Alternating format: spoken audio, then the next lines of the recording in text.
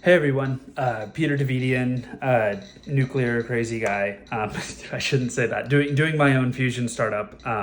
I worked at General Fusion up in Vancouver, Canada, and now I'm just. I just feel like there's like so many cool low level hanging fruit things about nuclear that are just like propagandized out of existence, and this is insane. It costs like $200 to see these super cool things, so I just bought them all myself. So I decided to put it on video. Uh, so, okay, so that just arrived today, that little tub of uranium. There's just a little rock in it, and I actually I think I put the rock back inside. I don't know, I can't find it, but I'm holding the phone with my hand, so I can't really open it. But that little yellow disc is another little blob of uranium. And then you can see it's making the Geiger counter go crazy. In nuclear reactors, we use water all the time for radiation shielding, which is just like remarkable. Like there's so much water. Like it's so cheap, and yet it's super good at radiation shielding. And I realized I was like, oh yeah, I can make sure that. Actually, I haven't read this book, so. It's not an endorsement of the book. It just happened to be like within arm's reach, and it was like the perfect height. So it's probably great. Like Melanie is great. She's like a great fusion person. So then I wanted to set up the mount so that the distance to the source would stay the same. So as you can see, when we put the paper there. Most of the radiation coming off of the uranium source is alpha radiation, or at least that's most of what's being picked up by the Geiger counter. And then it's crazy to see you can see the counts per minute dropping as the old time series data falls off the map. But just putting like a couple of pieces of paper there drops the count down by 60-70% or something. So I don't know, people always think that radiation's so bad and scary, but it's really just not. Like even just a couple of pieces of paper. I feel like when you put that test underneath this Geiger counter, that test source, then it seems like you could die, right? Now, of course, radiation can be lethal. It can be a problem if you have if you go and lick a nuclear reactor core. Sure, you're gonna have problems. But 99% of it is just hype and disinformation and propaganda. Okay, so even with that teeny tiny little notepad, that already reduces the radiation massively, right? You can just see it. So it's big bag of radiation defeated by a couple of sticky pads. And then, it's fine, gotta kind of do it quick, because otherwise, the bare source will just throw off. Yeah, okay. So then once the water gets there, it's just literally a bag of water. You can just see the counts just go to zero. It's nuts. It pretty much just goes to background radiation, like cosmic radiation. With cosmic radiation around here in Florida tends to be 10 counts per minute roughly on this Geiger counter. And then I turned off the sound and I turned it on an airplane, and it was 60 counts per minute or something. But I was just so afraid that I'd freak out the other people. I wasn't in first class or something, and I don't know, the airline stewards don't seem, it's not something I wanted to explain while I was on a plane. But I think it was 60 or so.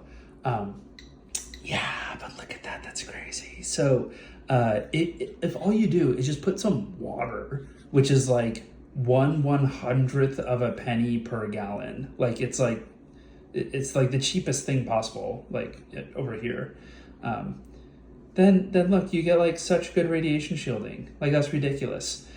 So yeah, I just think that's so cool. I love that. I'm so glad I bought all this stuff. And so that's why, like, in a nuclear reactor, they have like the spent fuel pools, right? So I'm wondering if the count will go down even more after those little spikes. So after you use nuclear fuel for like 2 years or something, they cycle out bits and pieces. But I think that a single fuel rod can stay in the reactor for like up to 2 years. And I'm sure there's some designs where it can be more and some designs where it's less. But yeah, after they do that, then they put it in a spent fuel pool. And people are always like, like it's so dangerous. But it's actually kind of, so water is super good at removing heat as well, like heat transfer. So if you want to move a whole bunch of heat from like point A to point B, like let's say that something is really hot, like a house on fire, like firefighters use like water to move heat, right? And so for spent fuel pool, the sources are generating a whole bunch of heat, and then the water can help move that away from the fuel rods so they don't get too hot. And then yeah, okay, I wanna see it rip. So okay, so we're at like 13 now, like 13, 15, whatever. You can just see it just skyrocket as soon as we remove our radiation shielding. That's so cool. I have no idea why like every single high school in America doesn't have a Geiger counter and some uranium, just for like science education, you know? Like, I think that that's really why I'm doing these videos, is because it's like, this is so easy. Like this should be done in science labs, right? Everywhere. And it's like, it's safe to, if you go and like eat that, don't eat it.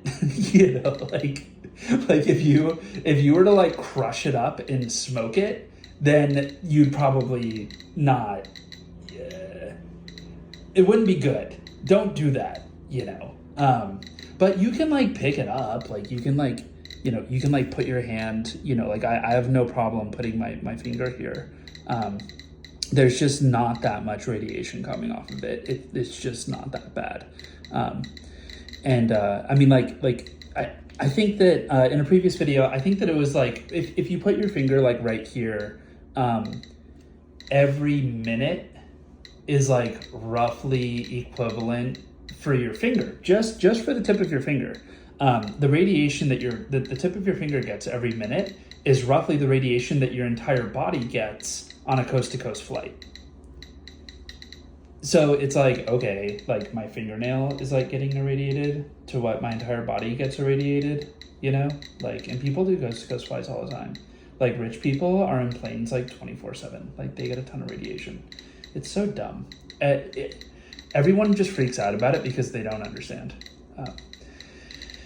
And the only reason that we don't have nuclear energy today is because people don't understand basic perspective on it, and they freak out about it, and they shut down nuclear power for like no good reason. They like severely overregulate it because people who don't understand are the ones who are regulating it, or, you know, or more nefarious reasons.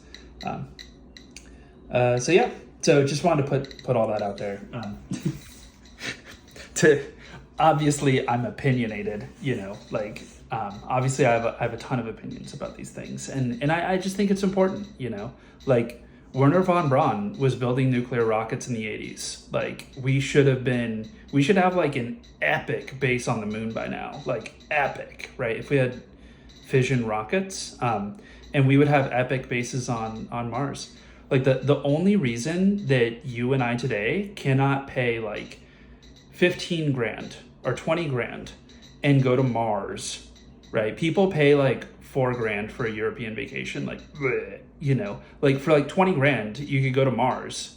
The only reason we don't have that is because like the media and like disinformation about nuclear power. So it's crazy. So like, I don't know, drives me nuts. Anyways, I'm Peter Davidian. I hope you enjoyed all this stuff.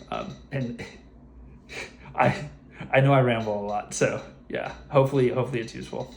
Okay, have a good day.